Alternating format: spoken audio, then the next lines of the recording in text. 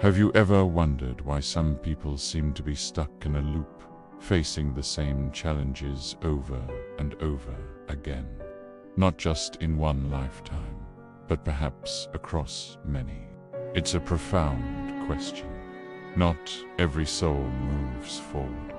Some return again and again to the same fears, the same patterns, the same pain. Now, this isn't because they're being punished or because the universe is cruel.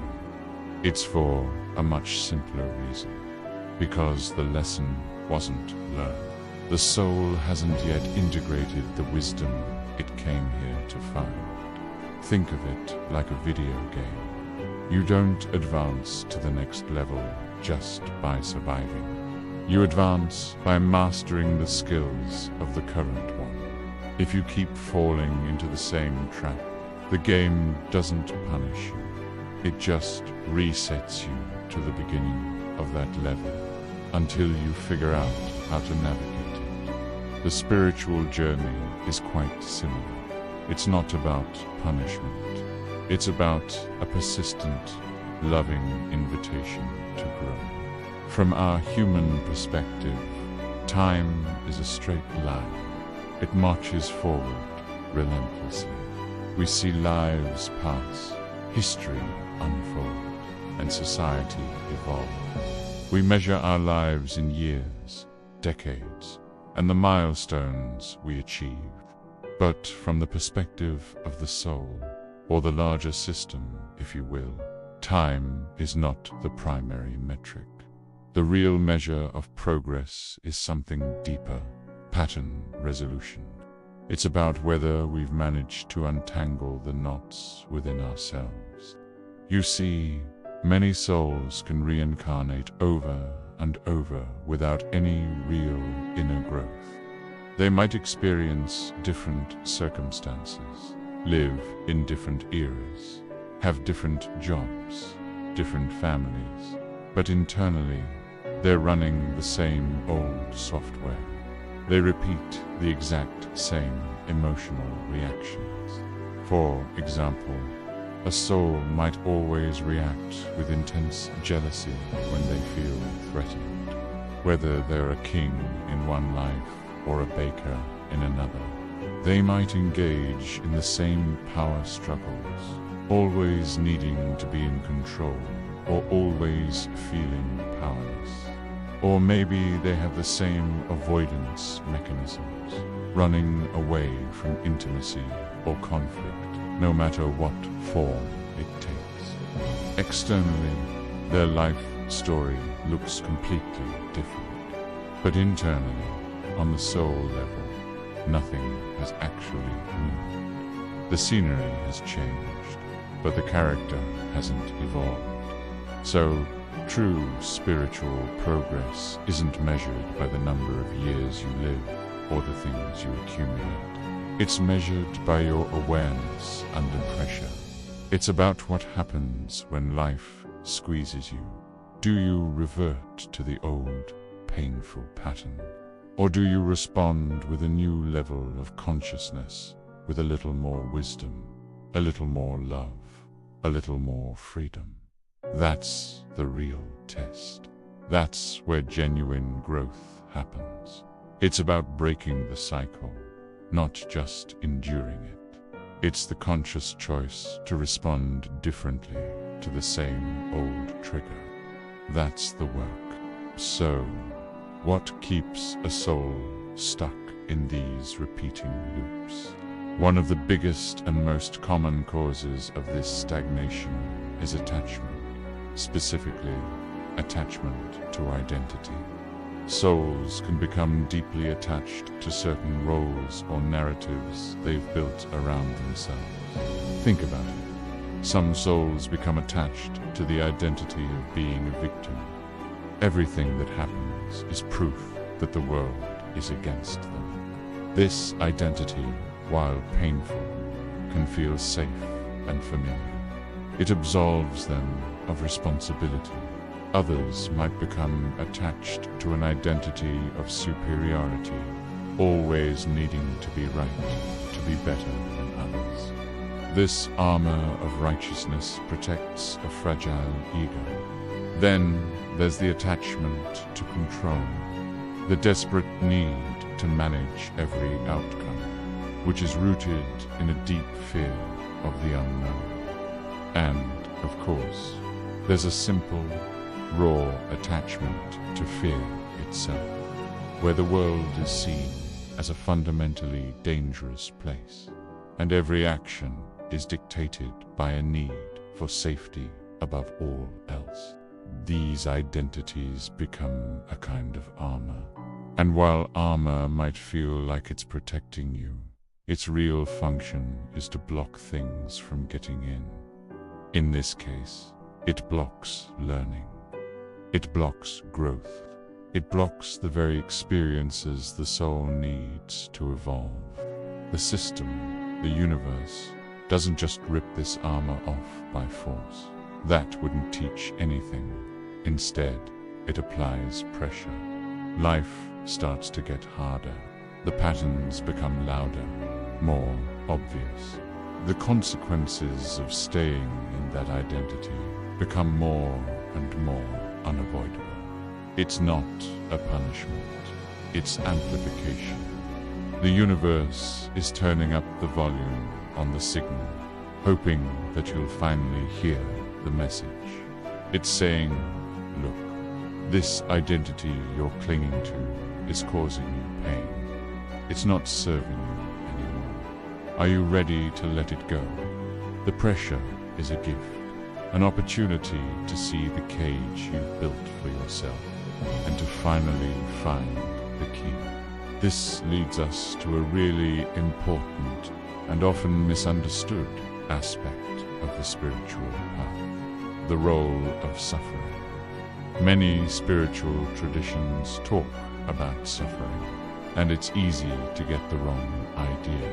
It's crucial to understand that suffering in itself is not the lesson. Pain does not automatically elevate your consciousness or make you a better person. Instead, suffering is a signal. It's an indicator light on your dashboard. It tells you that there's resistance. It's a sign that you are pushing against the flow of life, that you are resisting awareness of something important. True growth and evolution don't come from the pain itself. They come from the understanding that is gained by investigating the source of that pain.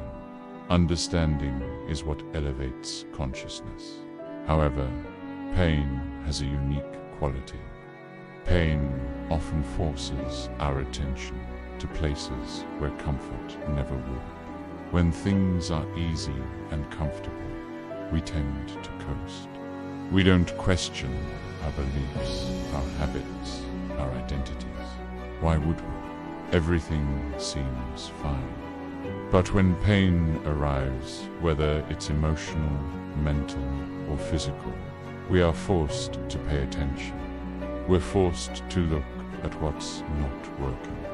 This reframes the concept of trauma in a powerful way. From this perspective, trauma is not just proof of a cosmic injustice or a sign that you are broken.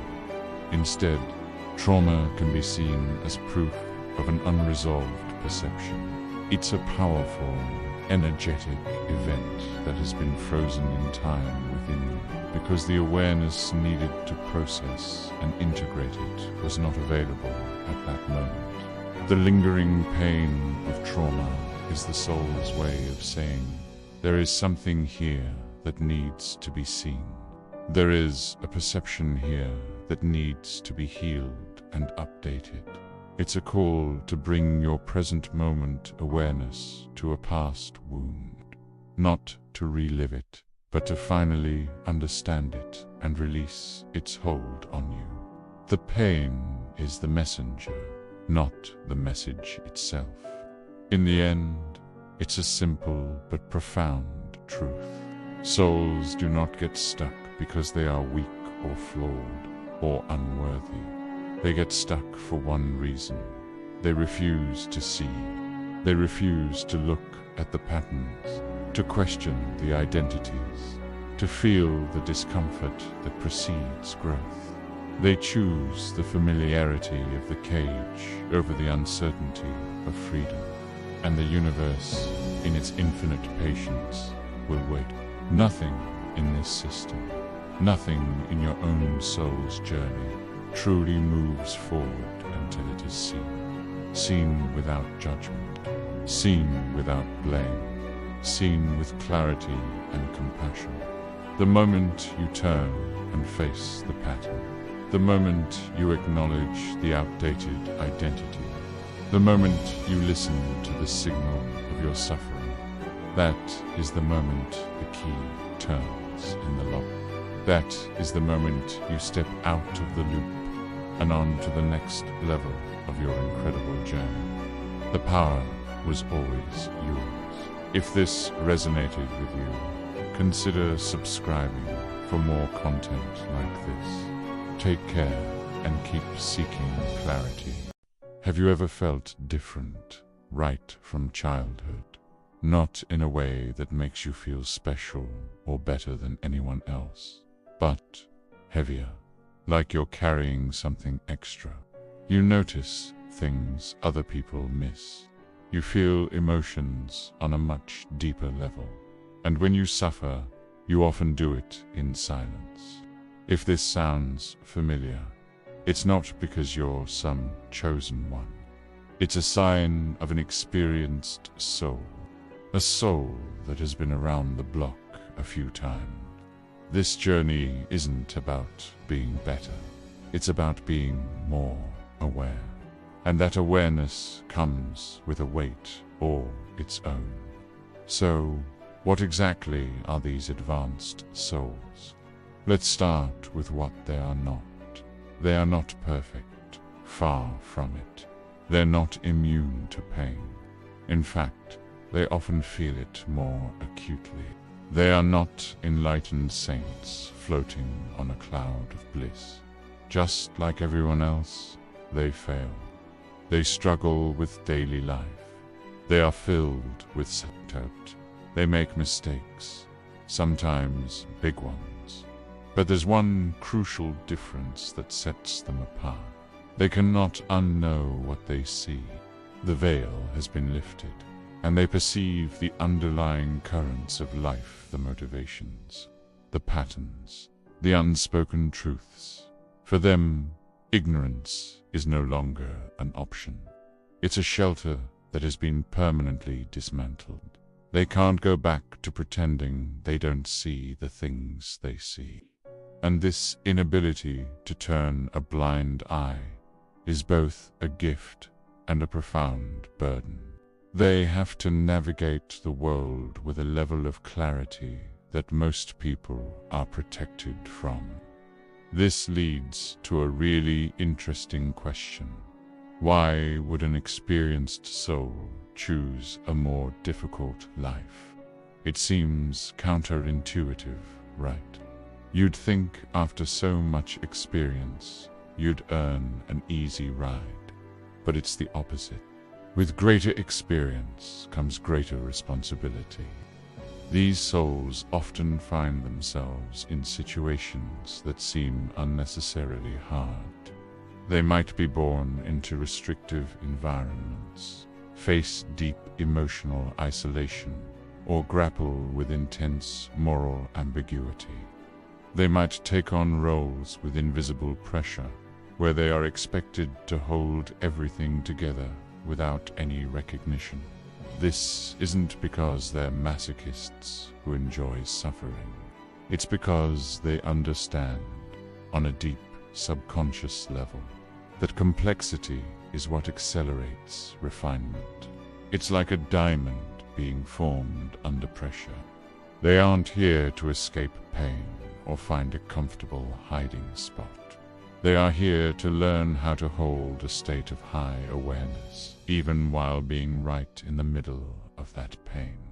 Their mission is to integrate wisdom into the messy reality of human existence, not to float above it. The hard life isn't a punishment, it's the training ground. This path of heightened awareness has a significant side effect, a profound sense of loneliness. But it's not the kind of loneliness you can fix by going to a party or calling a friend. It's a structural loneliness. When your perception of reality widens, the shared illusions that hold society together start to look, well, like illusions. The little dramas, the collective narratives, the things everyone else gets so worked up about, they start to lose their power over you. This creates a kind of existential loneliness, an internal silence where your own thoughts are your main companions. It's not about feeling superior. It's simply about seeing a bigger picture. This clarity can create a distance between you and others. They might misinterpret your calm observation as coldness or disinterest because you're not reacting in the same way they are. You're living in a slightly different reality, and that can be an incredibly isolating experience. You're connected to everything on a deep level, yet you feel separate from the everyday world around you. So, being an advanced soul isn't a prize to be won. It doesn't come with a reward of constant peace and happiness. Instead, it comes with a heavy burden of responsibility. The responsibility to see things clearly, to feel things deeply, and most importantly, to act consciously in a world that is largely built on unconscious reactions. It's the challenge of being a lighthouse in a storm, not to stop the waves, but to hold the light steady. It's about bringing a little more awareness, a little more intention into a world that desperately needs it. If this resonates with you, know that you're not alone in your loneliness. Your journey is a difficult one, but it is also one of immense purpose. Thank you for watching, and if this message spoke to you, consider subscribing for more content like this. What if none of this is provable? What if there's no memory of past lives, no divine confirmation, no cosmic applause at the end of the show? What if the system, the entire grand mechanism of existence, is silent by design? This isn't a bug. It's the most crucial feature. Think about it. If there was absolute certainty, if you knew for a fact that every good deed was tallied on a cosmic scoreboard for a future reward, what would happen to integrity? It would vanish. We'd all become cosmic accountants, calculating the most efficient path to paradise. People would act correctly, but not from a place of genuine understanding or empathy. They'd do it for the payoff. The silence, the lack of definitive proof, is what preserves authenticity. It ensures that our choices are truly our own. The system isn't looking for mindless obedience. It's not a cosmic dictatorship demanding you follow the rules. It wants something far more profound, self-generated awareness. It wants you to arrive at truth on your own terms, not because you were promised a prize. This is why the universe never confirms the truth outright. It's a test of character, not a test of faith. If the answers were handed to us on a silver platter, the journey of discovery, the very process of becoming conscious, would be meaningless. The struggle, the doubt, the constant questioning, that's the whole point. It forces us to look inward, to develop our own internal compass. The universe doesn't want followers. It wants co-creators. It wants individuals who have forged their own understanding through direct experience, not through borrowed beliefs. The silence isn't an absence of an answer. It's an invitation to find it yourself. It's the space in which real growth occurs. When you act with kindness, not because you expect a karmic reward, but because you understand its inherent rightness, that is true evolution. When you choose compassion in the face of uncertainty, that is a choice that reverberates with genuine power. The system trusts you enough to let you figure it out. It honors your free will by refusing to manipulate it with promises of heaven or threats of hell. Your motivation has to come from within. That's the only motivation that has any real value. The universe is a mirror, not a rule book. It reflects back to you the quality of your own consciousness. And it remains silent so that the reflection is pure, untainted by the desire for external validation. It's a bold and terrifying design, but it's also the only one that guarantees our freedom. So, this brings us to the highest test of all. It's not about enduring suffering or passing some dramatic trial by fire. The final, most difficult test is this. Can you act with full consciousness without any witness or validation? Imagine there's no memory wipe at the end, because there's simply nothing to remember. No afterlife where you review your life's choices. No karmic scoreboards flashing your final score. No divine surveillance camera recording your every move. There is just this moment, and the choice you make within it. Who are you when no one will ever know? Not your friends, not your family, not even a future version of yourself. When the action exists in a perfect vacuum of anonymity, what do you do? That is the core question. Do you still choose integrity? Do you still choose awareness? Do you still choose love when there is absolutely no cosmic or social currency to be gained from it? This is consciousness without a witness. It's the ultimate act of self-possession. It's deciding to be a certain way not for an outcome, but for the sheer sake of being that way. Most of our lives are a performance for an audience, whether it's our peers, our society, or our idea of God. We are conditioned to seek approval, to measure our worth by external feedback. To strip all of that away is to stand naked, with only your own awareness as your guide and your judge. This is where the real work happens. It's not about being a saint when the cameras are rolling. It's about what you do when you are utterly and completely alone with your own mind. That is the moment of truth, when you can act with precision and care in that total solitude. You've understood the game. You've moved beyond the realm of reward and punishment and into the realm of pure being. This is the essence of spiritual maturity. It's the recognition that the act itself is the reward. The choice to be aware is its own justification. You do and need a cosmic pat on the back, because the clarity and integrity of the choice are the entire point.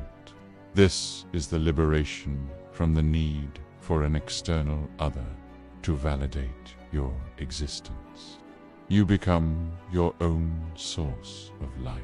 You act correctly because you have seen for yourself that it is the most logical, most harmonious way to exist, and that seeing is enough.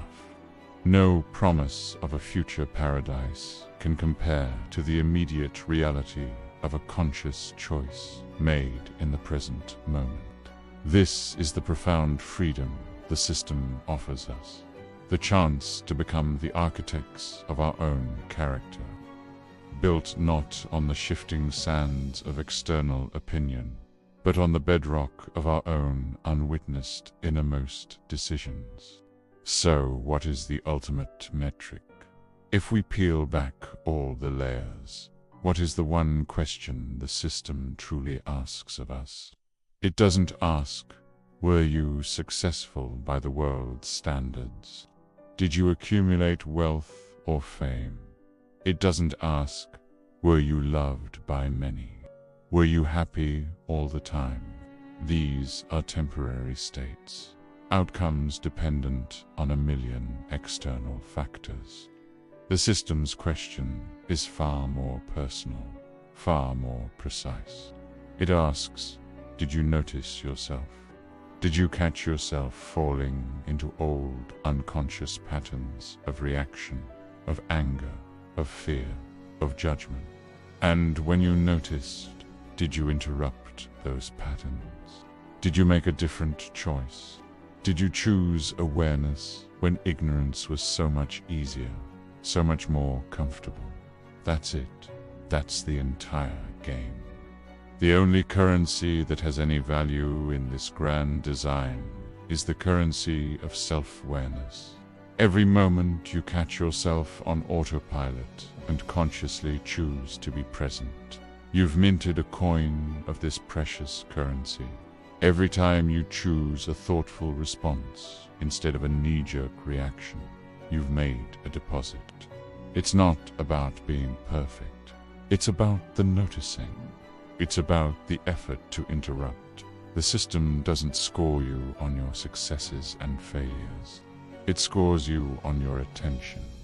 How much of your life did you live on purpose?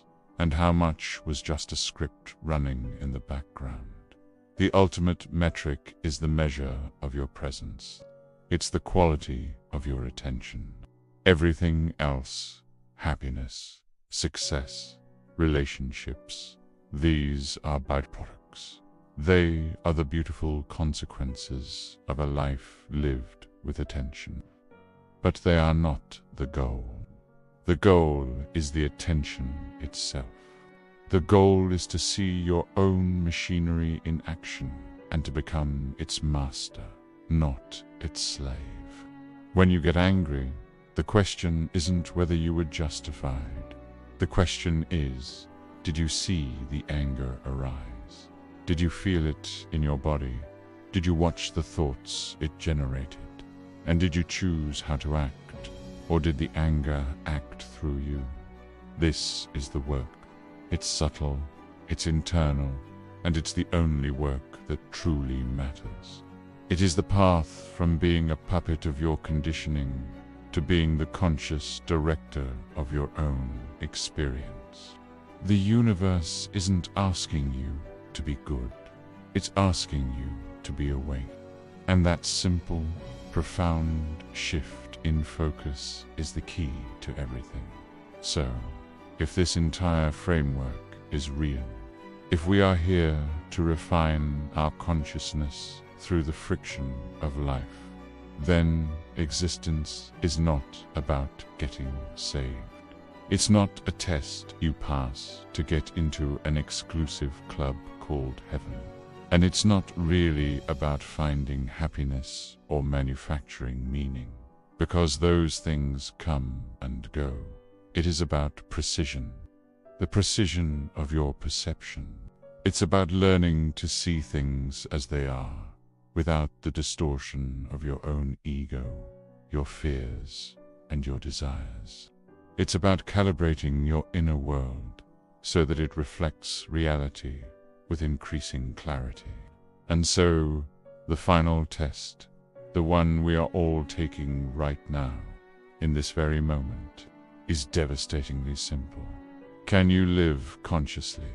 Can you choose awareness? Can you act with integrity, without ever knowing for sure that any of this is true? Can you do the work for its own sake, without any promise of cosmic guarantees? That is the ultimate question. The universe does not ask you to believe. It asks you to see. If you're still here, watching my videos, I want to say something simple. thank you. In a world of endless noise and distractions, the fact that you choose to spend your time here means more than you can imagine. It means you're one of those rare people who wants to go deeper, question reality, and look inside yourself, not just outside. I'm honestly happy that there are people who share these interests, these questions, this search for meaning. So if you feel this space resonates with you, hit the like button, subscribe to the channel, and share this video with someone who might need it. Your support helps this content reach more people who are also quietly searching. Thank you for being here, really.